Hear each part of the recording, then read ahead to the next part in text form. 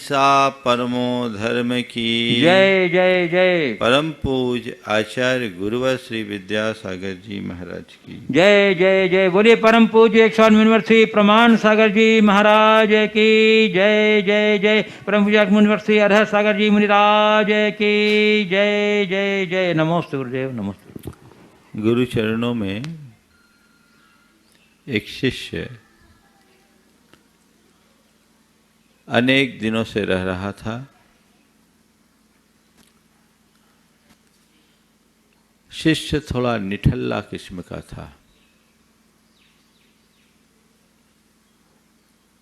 एक दिन गुरु ने उसे बोध देने के ख्याल से कहा कि वत्स,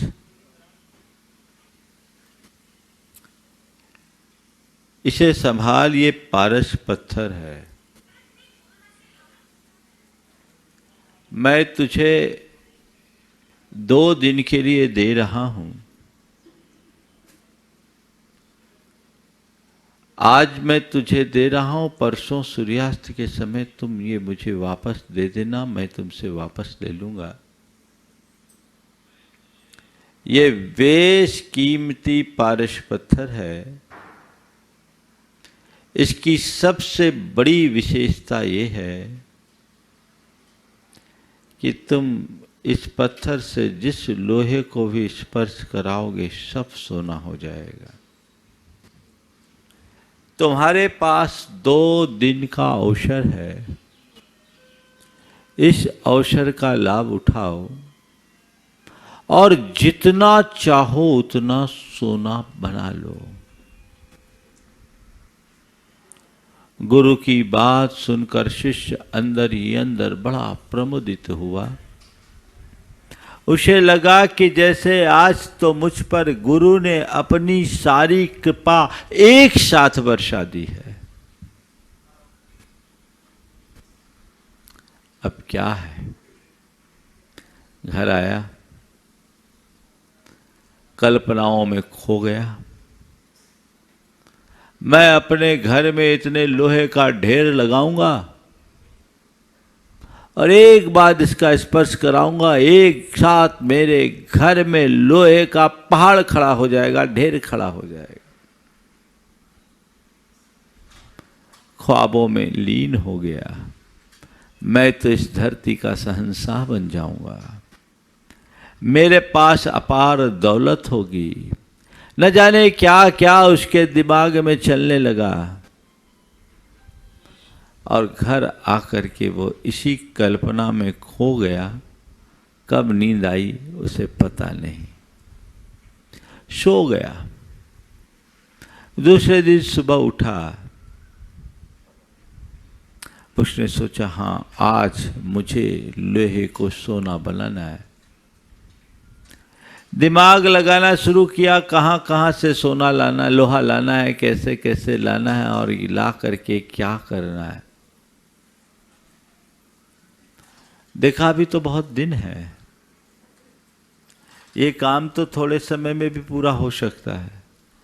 अभी तो बहुत दिन है, थोड़े समय में भी पूरा हो सकता है। ये सोच करके वो थोड़ा विश्राम कर लिया। विश्राम किया तो उसे नींद आ गई। उठा तो एकदम अकबका गया। देखा सूरज ढलने को है। झटपट तैयार होकर सोचा, चलो अब थोड़ा समय बचा है, मैं कुछ लोहा ले आऊं और उसे ही सोना बना लूं। वो आगे बढ़ा पर उसे लोहा नहीं मिला, उसे गुरु मिल गए। गुरु सामने से आते हुए मिल गए। कहे, वत्स, दिन ढल गया, सूर्यास्त हो गया, मेरा पारस मुझे दे, मेरा पारस पत्थर मुझे दे। वो गुरु के चरणों में गिर पड़ा। गुरुदेव माफ करे, मैंने तो अभी 1 इंच सोना नहीं बनाया है, कृपया कर आप 1 दिन की मोहलत मुझे और दे दें। अभी अभी मैं लोहा लेकर आता हूँ और सबको सोना बना लेता हूँ। गुरुदेव मुझ पर कृपा करे, 1 दिन की मोहलत और दे दें। गुरु ने कहा, जो बीते 2 दिन का उपयोग नहीं कर पाया वो आने वाले दिन का भी उपयोग नहीं कर सकता। अब वापस ले। बस एक बात ध्यान रख, कामयाब केवल वे होते हैं जो प्राप्त अवसरों का सदुपयोग करते हैं, और जो अपने अवसर को खो देते हैं वे कहीं के नहीं होते। आज बात मुझे आलस्य की करनी है। आलस्य मनुष्य के जीवन का एक बहुत बड़ा शत्रु है। नीतिकार कहते हैं आलस्य एवं मनुष्यानाम शरीरस्थो महारिपु।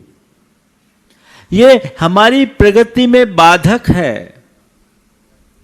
इसकी वजह से हमने न जाने कितने कितने अवसर खोए। जीवन के स्वर्णिम अवसर को मनुष्य अपने आलस्य और प्रमाद में ही खो देता है। सच्चे अर्थों में देखा जाए तो ये जीवन ही हमारे लिए एक बहुत बड़ा अवसर है, पर इसका लाभ केवल वे ही कर लेते हैं जो जीवन के प्रति जागरूक होते हैं। जो आलस्य और प्रमाद से भरे होते हैं वे अपना जीवन यूं ही व्यर्थ कर देते हैं। आज बात मैं आलस्य की करूंगा और कुल 4 बातें आप सबसे करूंगा। सबसे पहले आलस्य क्या है, उसका लक्षण क्या है ना? आलस्य क्या है ये हमें जानना है। आलस्य क्यों आता है उसका कारण जानना है। आलस्य का परिणाम क्या है ये जानना है, और आलस्य से बचने का उपाय क्या है। आलस्य क्या है, आलस्य क्यों आता है, आलस्य का परिणाम और आलस्य से बचने के उपाय। बस इन 4 बिंदुओं पर आज आपसे थोड़ी सी चर्चा करूंगा। सबसे पहले आलस्य है। हर मनुष्य में किसी न किसी रूप में आलस्य होता है। कुछ लोगों में आलस्य की बहुलता होती है, कुछ लोगों में मंद आलस्य होता है। पर हमें यह पहचानना है कि मुझ में आलस्य है या नहीं। मैं आलसी व्यक्ति की कोटि में तो नहीं आता, ये हमें देखना है। इस संदर्भ में यदि 4 बातें आपके जीवन में दिख रही हो तो समझना मेरे जीवन में आलस्य घर किया हुआ है। आलस्य क्या है? किसी भी कार्य के प्रति अनुत्साह। अनुत्साह आलस्य का लक्षण है। अगर आप काम कर रहे हैं और काम करने में आपका उत्साह नहीं है, अरुचि है, तो ये आलस्य का ही द्योतक है। संत कहते हैं जो काम करो रुचि पूर्वक करो, उत्साह पूर्वक करो, तब उसका सही परिणाम आएगा। जो तत्पर लोग होते हैं वे छोटे काम को भी बड़ी रुचि से करते हैं, और जो प्रमादी लोग होते हैं वो बड़े बड़े काम में भी रुचि नहीं रखते। चाहे वे कार्य कितने भी महत्वपूर्ण क्यों ना हो, लेकिन वे उसका महत्व नहीं समझते, उसके प्रति यथोचित रुचि और उत्साह नहीं रखते, और रुचि और उत्साह के अभाव में उन्हें वांछित परिणाम नहीं मिलता। वे कहीं के नहीं रहते। अपने मन को टटोलो। आप धार्मिक कार्यों की बात करिए, लौकिक कार्यों की बात कीजिए, या अपनी पढ़ाई लिखाई संबंधी बातें कीजिए, जीवन के किसी भी क्षेत्र की बात कीजिए। देखिए आपके लिए आलस किस तरीके से जकड़ता है, आपके लिए कैसे जकड़ता है। जैसे एक धार्मिक व्यक्ति है, उसको सुबह से उठ करके नित्य क्रियाओं से निर्वृत्त होकर के अगर मंदिर रोज जाना है, वो मंदिर रोज जाता है, अभिषेक पूजन करता है। तो एक व्यक्ति है जिसके मन में उमंग है, वो तत्परता से नित्य क्रियाओं से निर्वृत्त होगा, और नित्य क्रियाओं से निर्वृत्त होकर झटपट समय से पूर्व जाकर अपनी इस क्रिया में अपनी सहभागिता देगा। यदि आप रुचि पूर्वक अपने कार्य में तत्पर हो और उत्साह से अपने काम में जुटे हुए हो, तो आप निरालस व्यक्ति की श्रेणी में हो। लेकिन हाँ आप चले जाएंगे, पहुंच जाएंगे, कोई बात नहीं, अभी तो अभिषेक शुरू हुआ है, शांति धारा भी होगी और लास्ट तक पहुंच जाएंगे। क्या हुआ? ये क्या है? ये आलस है जो तुम्हें एक महत्वपूर्ण क्रिया के लाभ से वंचित कर रहा है। एक उदाहरण है, पढ़ाई करना है, बच्चे पढ़ते हैं, अब पढ़ रहे हैं, मन नहीं लगा, अब ठीक है बाद में पढ़ लेंगे, पढ़ लेंगे, पढ़ रहे हैं, थोड़ा पढ़ते फिर देखते हैं। ये जो चीजें हैं, अरुचि या अनुत्साह आलस्य का पहला लक्षण। कोई भी कार्य करो उत्साह के साथ करो, रुचि पूर्वक करो, तभी आप अपने जीवन में उसका लाभ ले पाओगे। दूसरा लक्षण टाल मटोल। टाल मटोल कुछ लोग हैं, हाँ कर लेंगे, कल कर लेंगे, बाद में कर लेंगे, अभी तो बहुत समय है, फिर देख लेंगे, कर लेंगे, कर लेंगे, कर लेंगे, कर लेंगे, करते रहेंगे लेकिन कर नहीं सकेंगे। आलस्य की सबसे बड़ी विचित्रता यह है कि आलसी व्यक्ति अपने वर्तमान को भी खोता है और भविष्य को भी खोता है, क्योंकि भविष्य केवल उसके साथ होता है जो वर्तमान का सही प्रयोग करता है, वो कहीं का नहीं होता। आप अपने अंतस में झांक कर देखिए, छोटा बड़ा कोई भी काम हो, आज के काम को आज और अब के काम को अभी निपटाते हो या कल पर टालते हो। अगर कल पर टाल रहे हो तो आप आलस की तरफ जा रहे हो और यह आपको अकर्मण्य बनाकर छोड़ेगा, कहीं का भी नहीं रखेगा। और अक्सर आप लोगों को घर में होता, आपके आलस के कारण कई प्रकार की समस्याएं आ जाती है। आप घर में कह रहे गैस खत्म होने वाली, हाँ कल ले आएंगे, है ना, शक्कर खत्म होने वाला, कल ले आएंगे, राशन कम हो रहा, कल ले आएंगे, देख लेंगे। और देखते देखते देखते देखते पता लगा एक दिन चूल्हा ही नहीं जला। ये क्या है? आलस है ना। टाल मटोल की प्रवृत्ति मनुष्य के जीवन को बर्बाद करती है। यहां सजग और सावधान होकर के जीने की आवश्यकता है। जो काम करना है यानी करना है, उसको टाल मटोल करने से कोई फायदा नहीं। अभी कर ले, काम खत्म। टाल दोगे तो ये समझ लेना काम हल्का नहीं होगा और भारी होगा। जो समय पर काम नहीं करते, टाल मटोल करते, उनके माइंड में प्रेशर बढ़ जाता है और फिर जल्दबाजी में काम करते तो कुछ हो ही नहीं पाता, होता है ना, व्यवस्थित नहीं हो पाता। तो टाल मटोल की आदत से बचिए। एक विद्यार्थी है जो अपना कोर्स पूरा करता है, रोज मन लगा करके पढ़ता है, उसको एग्जाम में कोई चिंता नहीं होती, लेकिन एक सोचता कल पढ़ लेंगे, परसों पढ़ लेंगे, आगे कर लेंगे, आगे कर लेंगे, आगे कर लेंगे। उसके ऊपर एक साथ इतना प्रेशर पड़ जाता है कि वो कुछ नहीं कर पाता। तो टाल मटोल की आदत से बचे। जो करना आज का काम आज का करके ही दम लो। सोने के लिए पूरी जिंदगी है, पर काम करने के क्षण तो थोड़े ही होते हैं। जो काम है, जो जीवन के लिए महत्वपूर्ण है, उसको तुरंत कर डालिए। प्रायः लोगों को अच्छे कार्यों में आलस आता है, बुरे कार्यों में उत्साह होता है। मैं कहता हूं भैया, अच्छे कार्य में उत्साह रखो, बुरे कार्य में भले तुम आलस करो, अच्छा है। अच्छे कार्य का उत्साह करना गुण है और बुरे कालस में आलस रखना भी एक अच्छाई है। उल्टा करते हो। अच्छा काम करो, फिर कर लेंगे, फिर कर लेंगे, देख लेंगे, कल कर लेंगे, परसों कर लेंगे। ये कोई लाभ नहीं। टाल मटोल करने वाला व्यक्ति केवल बहाना बनाता है और वो कुछ कर नहीं पाता। बहाना बना करके औरों पर आरोप लगा देगा, लेकिन इससे काम किसका अटकता? खुद का अटकता है। इस बात को ध्यान रखो। बहुत सारे लोग बड़े बहानेबाज होते हैं, हर बात को टाल मटोल की आदत में रहते हैं। कैसे ही टाल मटोल करना है और बात को टरकाते जाना है, कोई मतलब नहीं।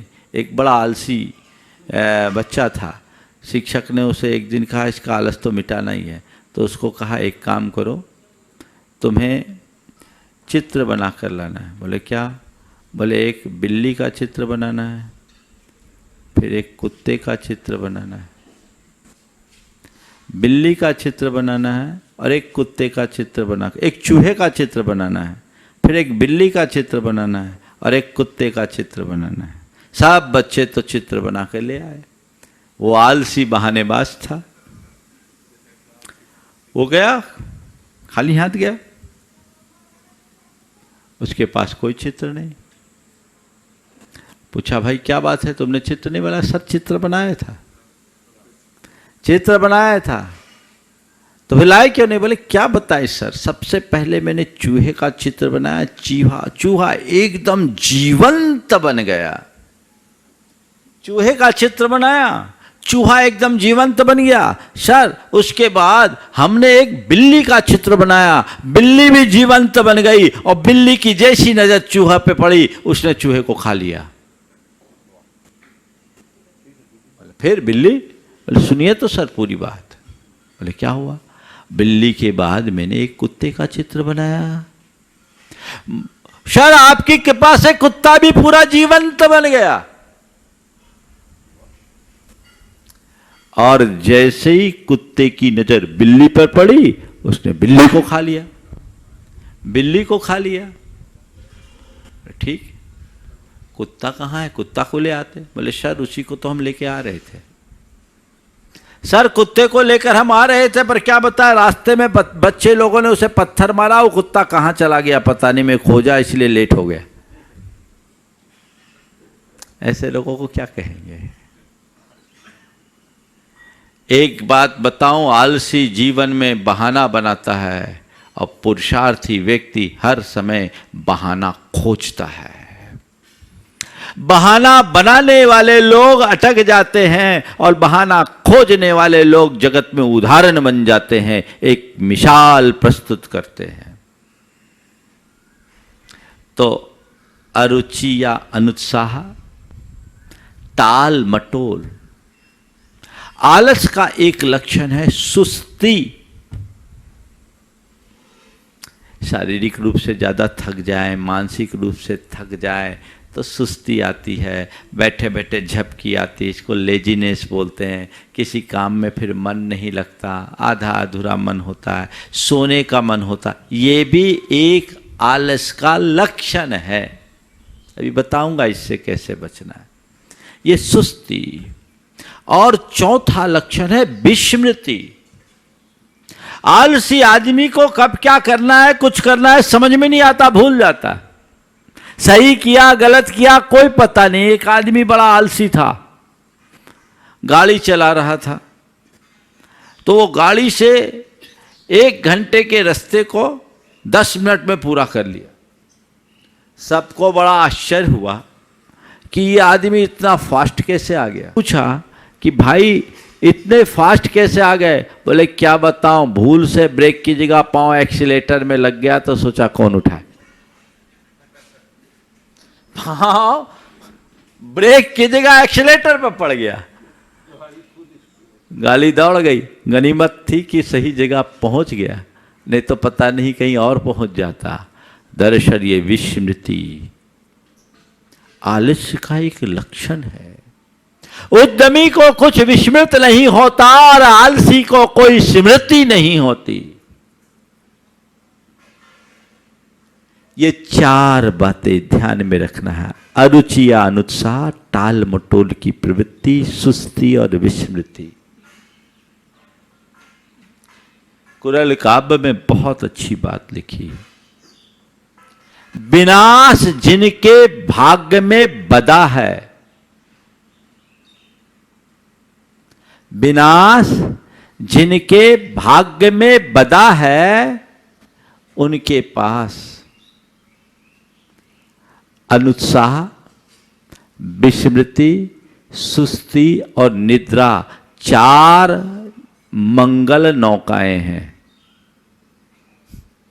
इन्हीं में डूबना है उनको।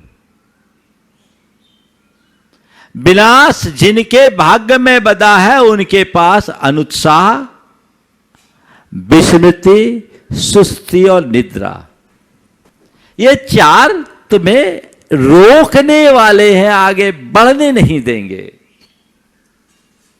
इनसे अपने आप को बचाना है। ये तो आलस की पहचान हुई। इसका कारण पहले जान ले, है ना? कारण क्या है? सबसे पहला कारण अनियमित दिनचर्या। न सोने का समय, न उठने का समय, अल्प निद्रा लेना या अधिक नींद लेना, दोनों आलस्य का कारण है। समय पर उठे, समय पर सोए, थोड़ा आसन व्यायाम करे, थोड़ा घूमने जाए, नियमित दिनचर्या करे। जिनके न खाने का समय, न पीने का समय, न सोने का समय, उनका क्या हाल होगा? प्रमाद में काटेंगे। बिल्कुल व्यक्ति को समय पर सोना और समय पर जागना चाहिए। काम करने की क्षमता तभी बढ़ेगी। आप अगर ऐसे करोगे तो बैठे बैठे ऊँघते रहोगे, आपकी वर्क एफिशिएंसी कम होगी। सोना आराम से, जितना सोना है 6-7 घंटे आप सो लीजिए, पर्याप्त है, ताकि आप दिन भर अच्छे से काम कर सके। नहीं तो आलस्य आएगा, आप उससे अपने आप को बचा नहीं पाएंगे। दूसरा, असंतुलित खान पान। जिनका भोजन संतुलित होता है वो स्वस्थ होते हैं, उनके जीवन में स्फूर्ति बनी रहती।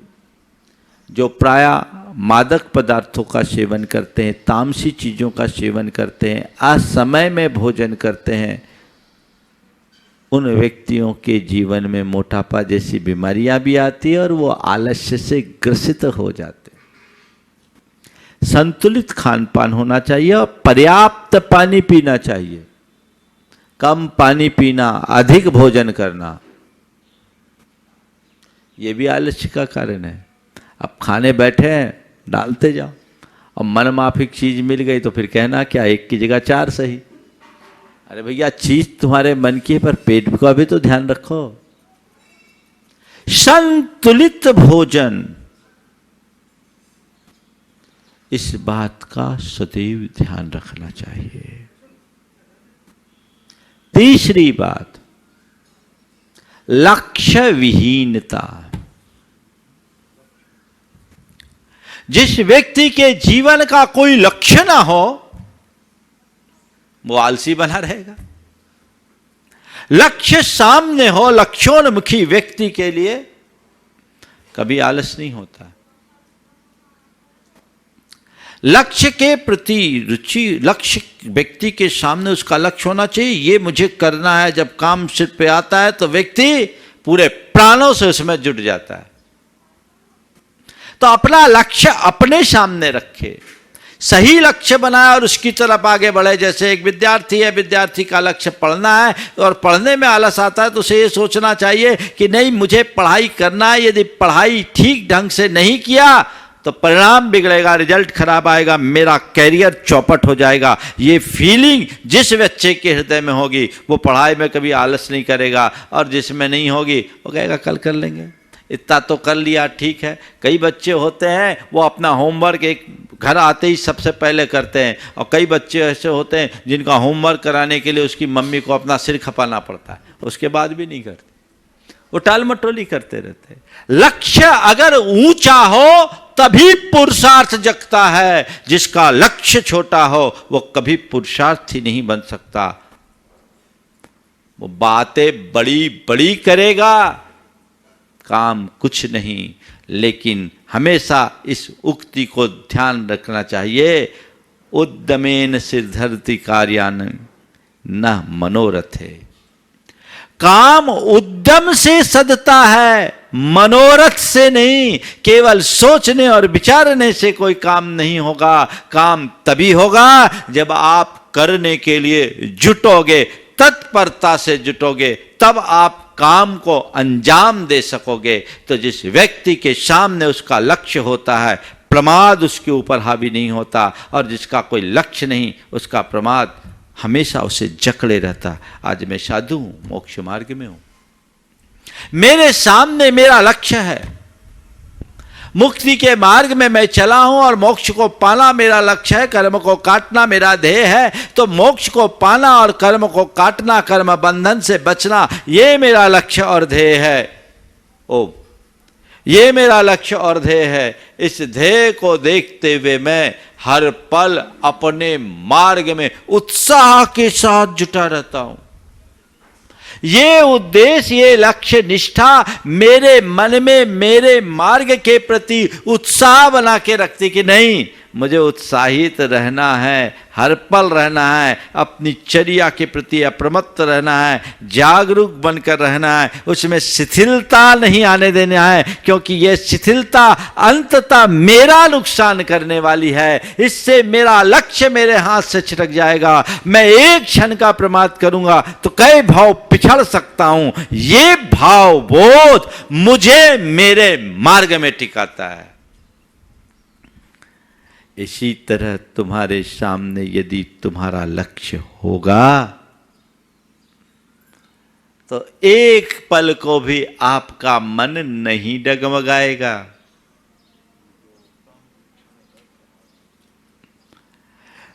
डगमगाएगा नहीं, आप जुटे रहोगे। तो अनियमित दिनचर्या, असंतुलित भोजन, लक्ष्य विहीनता और कार्य में रुचि का अभाव, अरुचि। जो कार्य है उसमें पूर्ण रुचि होनी चाहिए। आपको जिस काम में रुचि होती है उसमें कभी आप ढीले नहीं होते, आप फटाफट कर लेते हैं। और जिसमें रुचि नहीं है टाल मटोल करते हैं।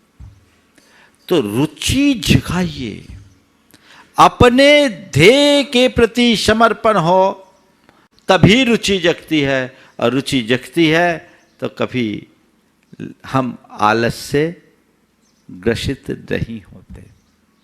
एक बात मैं आपको और बताऊं, कई लोग बोलते हैं बड़ा आलसी है।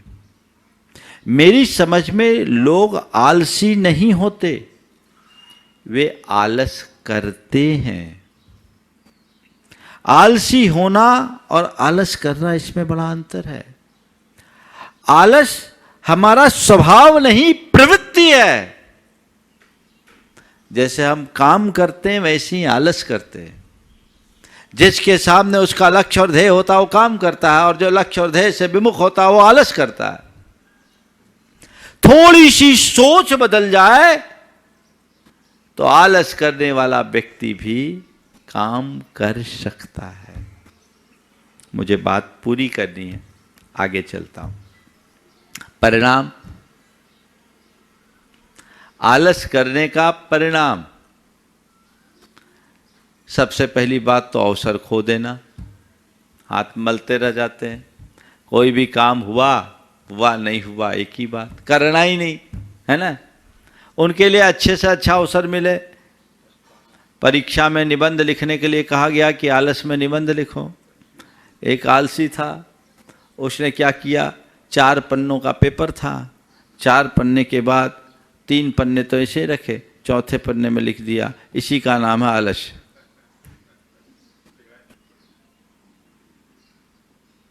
ये अवसर खोना आलस्य का लक्षण। कई बार अच्छे अच्छे मौके आते हैं, व्यक्ति आलस्य के कारण अवसर खो देता है। एक पति बड़ा आलसी था, सो रहा था, अचानक पत्नी को आहट हुई, घर में कोई आया, वो थोड़ी चौकन्नी हुई, अपने पति को जगाया, देखो कोई ऐसा लग रहा है घर में घुस रहा है। उठता हूँ, उठता हूँ, देखो देखो ऐसा लग रहा है बिल्कुल घर के करीब आ गए। हाँ उठता हूँ, देखो ऐसा लग रहा है जैसे अपने कक्ष में घुस गए हैं। हाँ उठता हूँ, देखो वो तिजोरी की चाबी निकाल लिए हैं, उठ जाओ अभी भी कुछ कर लो। उठता हूँ, वो तिजोरी खोल करके सारा माल एक पोटली में बांध लिए हैं, उठ जाओ। उठता हूँ, वो सारा माल लेकर जा रहे हैं, अभी भी उठ के चिल्ला दो, पड़ोसी जाग जाएंगे तो हम बच जाएंगे। हाँ उठता हूँ, तब तक वो लेकर चंपत हो गए। तब पति उठा तो पत्नी ने कहा अब आप सो जाओ, अब सो जाना ही अच्छा है, अब उठ के क्या फायदा। अवसर खो देने के बाद दोबारा कभी नहीं लौटता। आलसी व्यक्ति टालता है, कल पर टालता है, लेकिन उन्हें पता नहीं कि अगला पल कैसा होगा। आज का काम अब कर लेना, अभी कर लेना, कल पर मत टालो। प्राप्त अवसर के मूल्य और महत्व को समझो, तुरंत के तुरंत कर डालो। अपना अंतर विश्लेषण करके देखो, कई कई अवसर तुम्हारे पास आए होंगे, पर तुम्हारे अपने आलस ने, तुम्हारे अपने प्रमाद ने तुम्हें उससे वंचित किया। इसीलिए प्रमाद को मनुष्य का सबसे बड़ा शत्रु कहा है।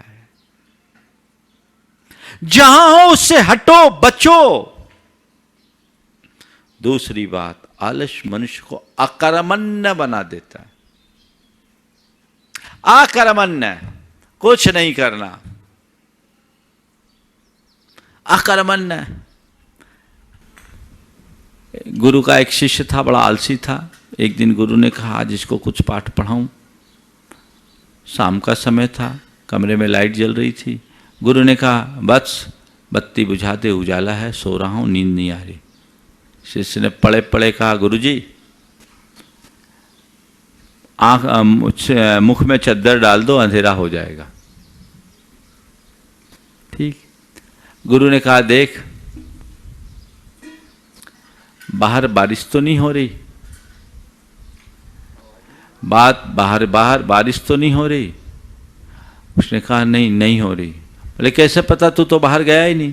बोले अभी अभी एक बिल्ली आई थी, मैंने उसके पीठ पे हाथ फेर के देखा, बिल्ली सूखी थी, बिल्ली सूखी थी। गुरु ने कहा अच्छा ठीक है, ठंडी हवा आ रही है, थोड़ा दरवाजा तो लगा दे।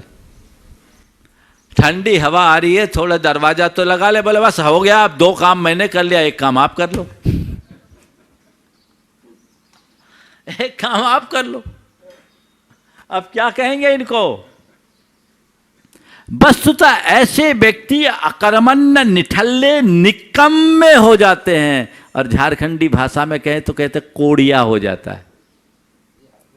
बिहार झारखंड में बोलते हैं माने निठल्ला, वो कुछ ना करने वाला, उसके मन में कुछ भाव ही नहीं होता, उसके सपने समाप्त हो जाते हैं। तो ये अकर्मण्यता हमारे जीवन के लिए अभिशाप है। उत्तिष्ठ जागृत मां प्रमादय, उठो जागो, थोड़ा भी प्रमाद मत करो, आगे बढ़ो। चरे वेती की उक्ति को चरितार्थ करो। आज लोग हैं, आज बहुत सारे लोग आलस करते हैं, और बस देखिए कई लोग हैं अपने मोबाइल पे बैठे रहेंगे, हाँ व्हाट्सएप, फेसबुक, इंस्टाग्राम, इन चीज़ों पे लगते रहेंगे, फालतू में एक दूसरे के मैसेज भेजते रहेंगे, अपनी पिक भेजते रहेंगे। क्या कर रहे हैं, क्या करना चाह रहे हैं, ये सब क्या है, ये क्या कोई क्रिएटिविटी है? ये सब अकर्मण्यता है। ये मनुष्य को एक जगह जकड़ देने वाली चीजें हैं, इससे बचना चाहिए। तो पहली बात, आलस करने से क्या होता है? क्या बोला मैंने अभी? इसके पहले क्या बोला था? अवसर खोते। दूसरा अकर्मण्यता है आलस के कारण। आलस आएगा तो व्यक्ति अकर्मण्य। तीसरा, ऐसे व्यक्ति की शारीरिक स्थिति ठीक नहीं रहती, सुस्ती बनी रहेगी, मोटापा आएगा, शरीर में अनेक प्रकार की पीड़ाएं होगी। और चौथी बात, मानसिक रूप से भी ऐसा व्यक्ति स्वस्थ नहीं रहता। ये चारों परिणाम आलस्य के हैं, है ना? इनसे बचे कैसे, है ना? कैसे बचे? तो उसके भी 4 उपाय बता देता हूं। आलस्य से बचने का उपाय, सबसे पहले अपना लक्ष्य अपने सामने रखे और उसके प्रति समर्पित रहे। लक्ष्य के प्रति समर्पण मनुष्य को उद्यमी बनाता है।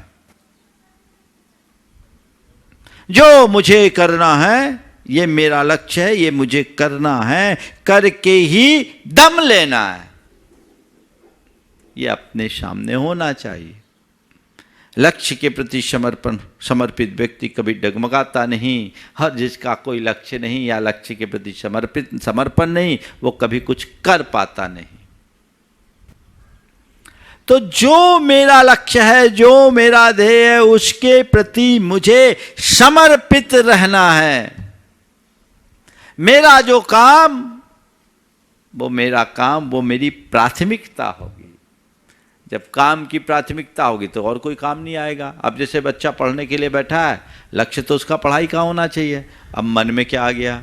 अरे चलो कोई मूवी देख ले, कोई म्यूजिक सुन ले, किसी से बात कर ले, थोड़ा व्हाट्सएप देख ले, किसी से चैट कर ले। ये क्या है? ये मनुष्य को लक्ष्य के परामुख बनाती है। और इन सब तरफ वो लोग चले जाते हैं जो अपनी मन की सुनते हैं, मन की सुनकर उधर ढलक जाते हैं, लक्ष्य एक तरफ छिटक जाता है और वे, उनकी प्रगति वहीं अवरुद्ध हो जाती है। वे जीवन में कभी कामयाब नहीं हो पाते। तो क्या करें?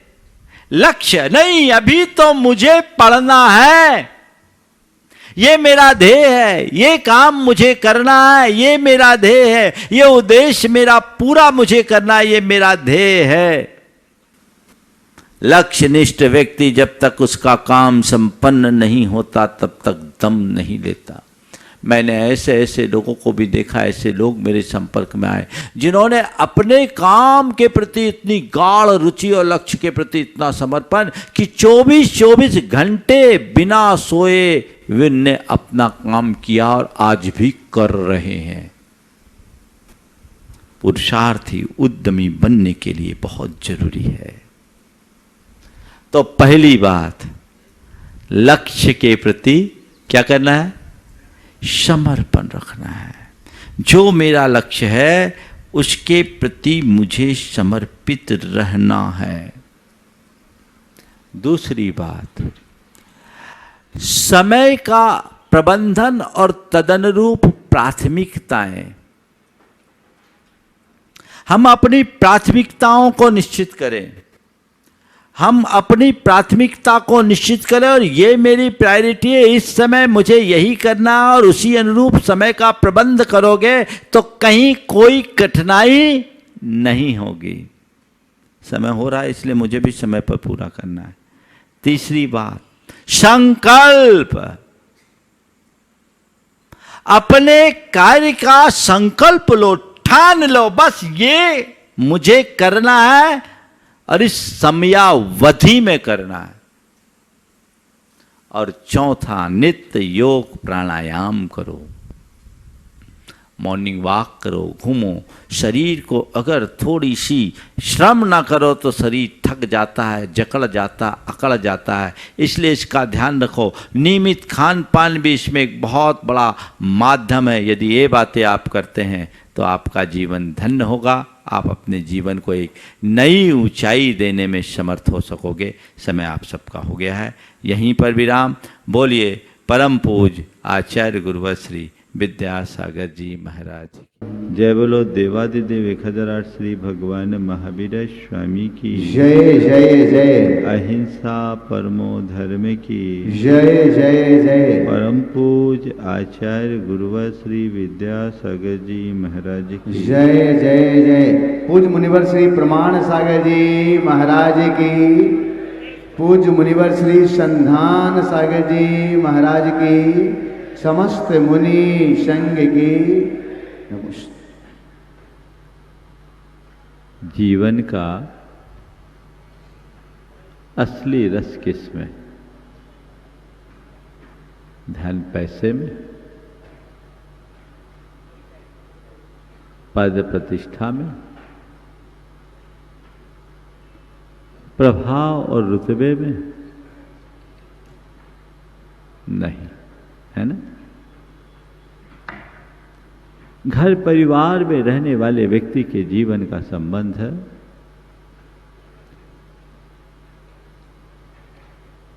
रिश्तों में है, रिश्तों की मधुरता में है। अगर हमारे संबंध और रिश्ते अच्छे हों तो वो हमें बड़ा सुख देते हैं, और रिश्ते संबंध अगर गलत हों तो वे हमें उतना ही दुखी करते हैं। जितना सुख उतना ही ज्यादा दुख उसी से हमें प्राप्त होता है। सवाल,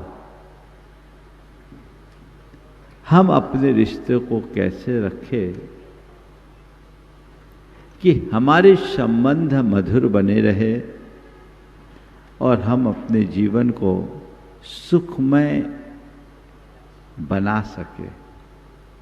आज का विषय यही, संबंधों का संतुलन, स्वत्व या समर्पण। स्वत्व क्या है? एक इंडिविजुअलिटी, अपनी वैयक्तिक अवधारणा, और समर्पण डेडिकेशन। संबंधों में कुछ अंशों तक स्वत्व भी जरूरी है और समर्पण तो चाहिए ही, लेकिन इनके मध्य कितना संतुलन होना चाहिए, आज मैं इसी संदर्भ में आपसे बात करना चाहूंगा 4 शब्दों के माध्यम से। मेरा, तेरा, तेरा मेरा और हमारा, ये 4 शब्द हैं, और ये चारों शब्द हमारे जीवन को बहुत गहरा संदेश देते हैं। मेरा, इसमें स्वत्व है, केवल मेरा। तेरा, मेरा कुछ नहीं, सब तेरा, ये समर्पण का द्योतक है। लेकिन जहां मेरा तेरा का भाव है वहां संघर्ष है,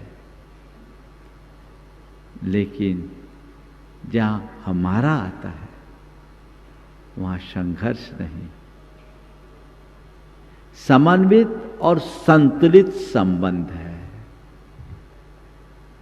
हमारी यात्रा मेरा से हमारा की यात्रा है।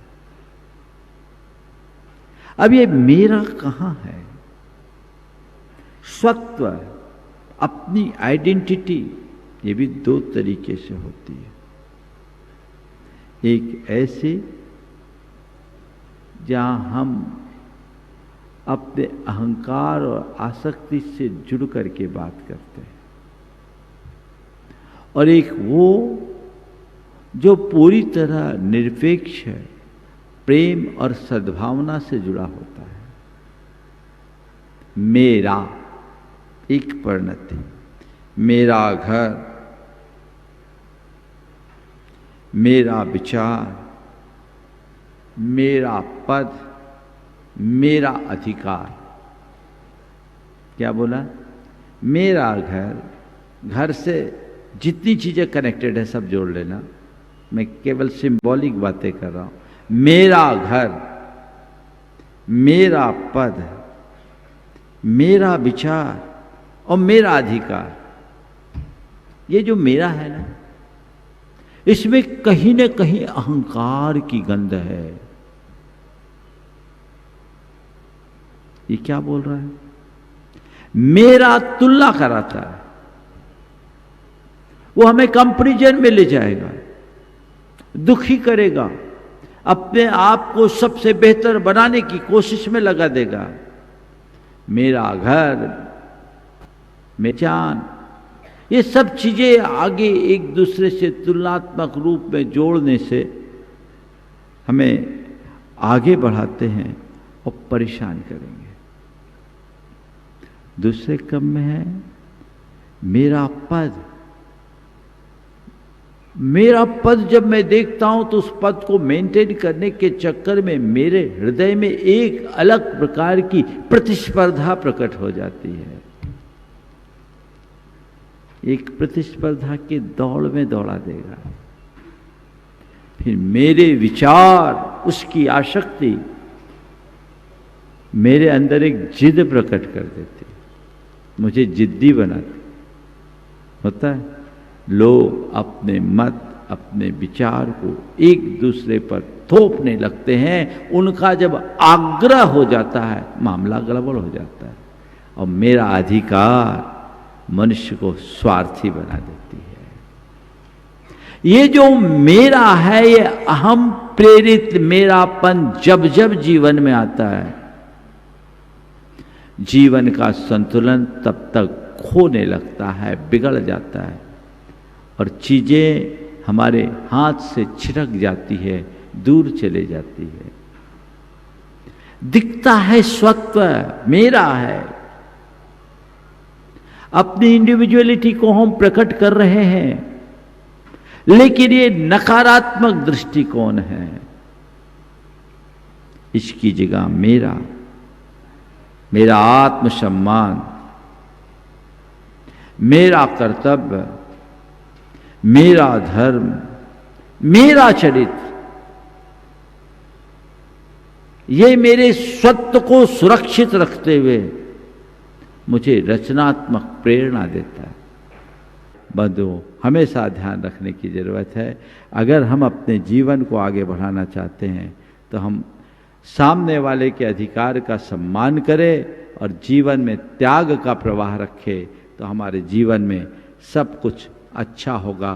ध्यान रखना, मेरा अहंकार है, तेरा त्याग है। मेरा अहंकार है, तेरा त्याग है, मेरा तेरा आग है। मेरा अहंकार है, तेरा त्याग है, मेरा तेरा आग है और हमारा जीवन का सुहाग है। इसलिए मेरा छोड़ो, तेरा को भूमिका अनुसार अपनाओ। मेरा तेरा से 100 हाथ दूर रहो। हमारा को अपने जीवन का आदर्श बनाओ, जो जीवन के सौभाग्य को, जीवन के सुहाग को बढ़ाए और अपने जीवन को आगे बढ़ाना में हमें समर्थ बनाए। हमेशा ध्यान रखना, रिश्तों की असली ताकत अधिकार नहीं, अपनापन का भाव है। हम अपने जीवन में अपनापन को लगाएंगे तो जीवन आगे बढ़ेगा।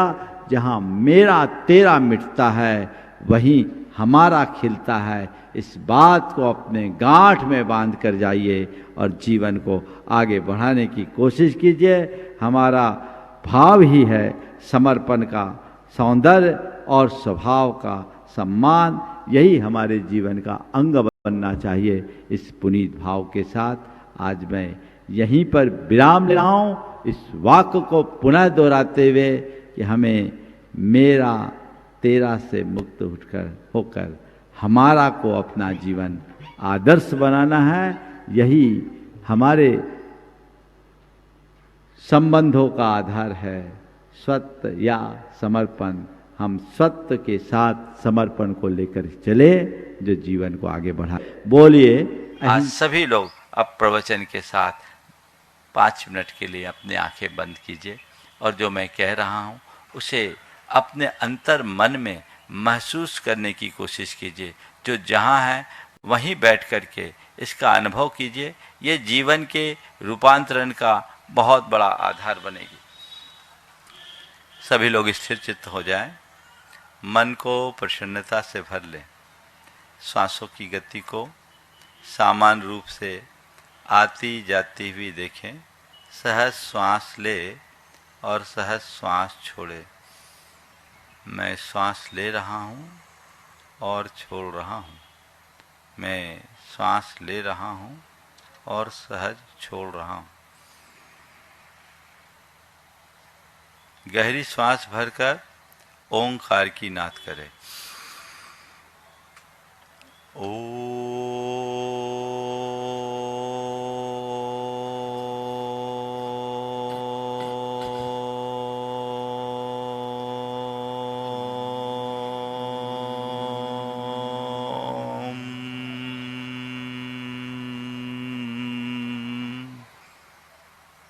मन को प्रसन्नता से भरे और ये अनुभव करे, मैं सहजता की ओर बढ़ रहा हूँ।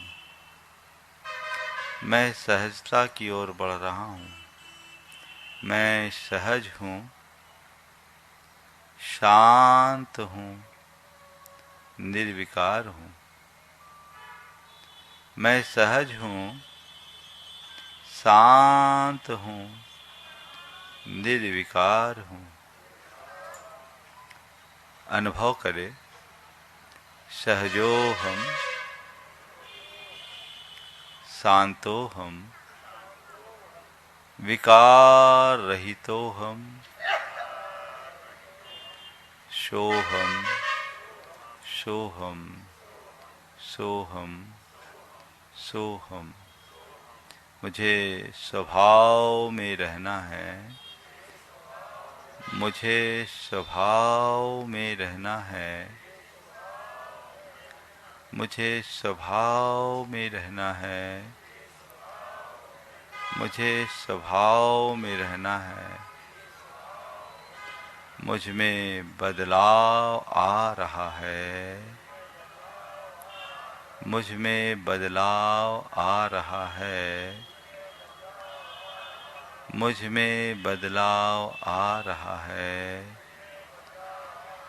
मुझ में बदलाव आ रहा है। मुझे स्थिरता रखनी है। मुझे स्थिरता रखनी है।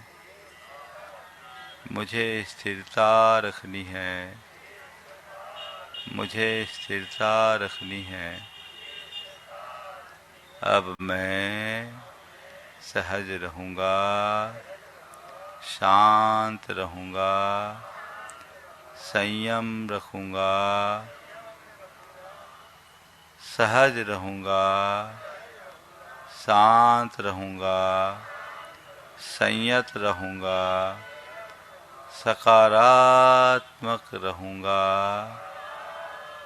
सकारात्मक रहूँगा।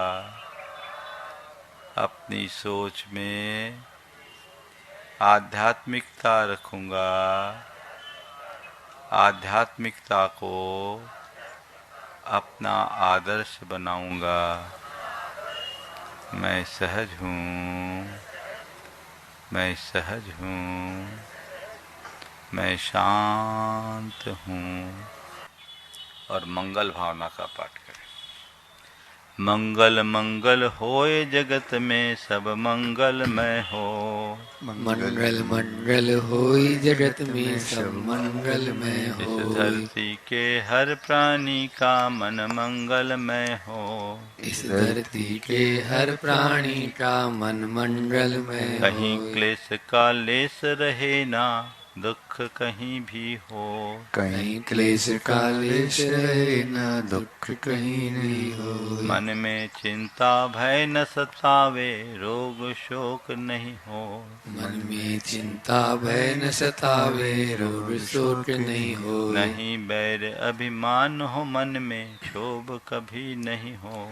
नहीं वैर अभिमान हो मन में, क्षोभ कभी नहीं हो। मैत्री प्रेम का भाव रहे नित, मन मंगलमय हो। मैत्री प्रेम का भाव रहे नित, मन मंगलमय हो। मंगल मंगल होए जगत में सब मंगलमय हो। मंगल मंगल होई जगत में सब मंगलमय होई। धरती के हर प्राणी का मन मंगलमय हो।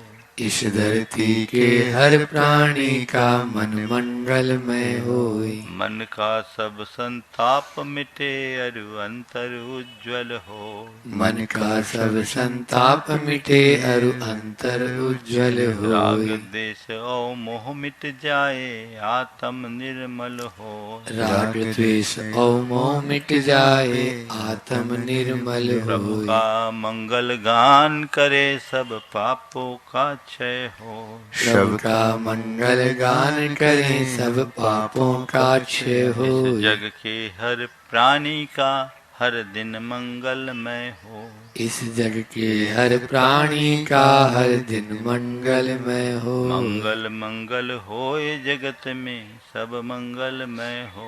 मंगल मंगल होई जगत में सब मंगलमय इस होई। धरती के हर प्राणी का मन मंगलमय हो। इस धरती के हर प्राणी का मन मंगलमय गुरु हो हो। मंगल, प्रभु हो मंगल, धर्म सुमंगल हो। गुरु हो मंगल, प्रभु हो मंगल, धर्म सुमंगल होई। माता पिता का जीवन मंगल, परिजन मंगल हो। माता पिता का जीवन मंगल, परिजन मंगल जन का होई। मंगल, गण का मंगल, मन का मंगल हो।